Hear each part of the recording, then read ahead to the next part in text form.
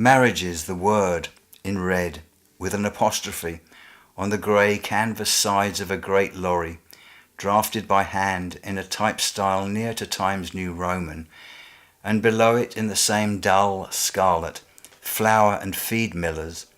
is a beautiful name for a company or a family. More so than the rude white word Blomo can, which, driven by daily on the trunk road outside, painted on cyan and 6 feet high, is dumb beneath the breath of wild pantechnicons, where each spirited draught in the blue flanks hides new-made empty polythene pails, blocks of polystyrene, or merely covers its own plain emptiness, going back again and again for more of the same. Above the apostrophe in marriages, the graphic artist in red, making something of nothing, has drawn half a spear of wheat, fletched so that each grain is an apostrophe itself,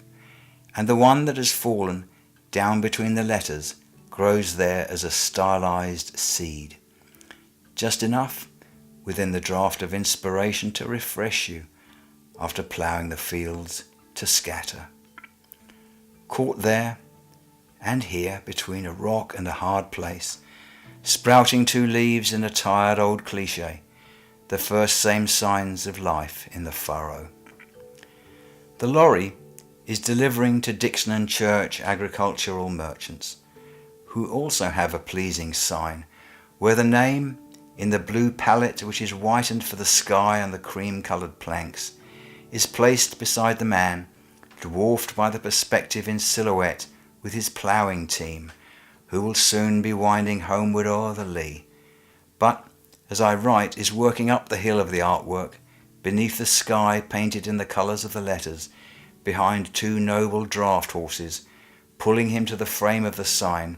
and out of the picture with his little plough. Marriages delivers this day more than sacks of meal. I have seen them, and what else is being shouldered and unloaded, and framed by the bathroom window, also what is below where the sun has risen in grey and red all the years I have lived here. Sometimes I see sparrows pecking around, sorting through the dirt where the lorries park for grain. While I have shaved and wiping my face, I look down on them as if I was God. So I know how it feels, and I forbear to wave because the birds, like the men, never see more than they see or look up to me. Today, the driver is setting free a sparrow that has found its way inside the building.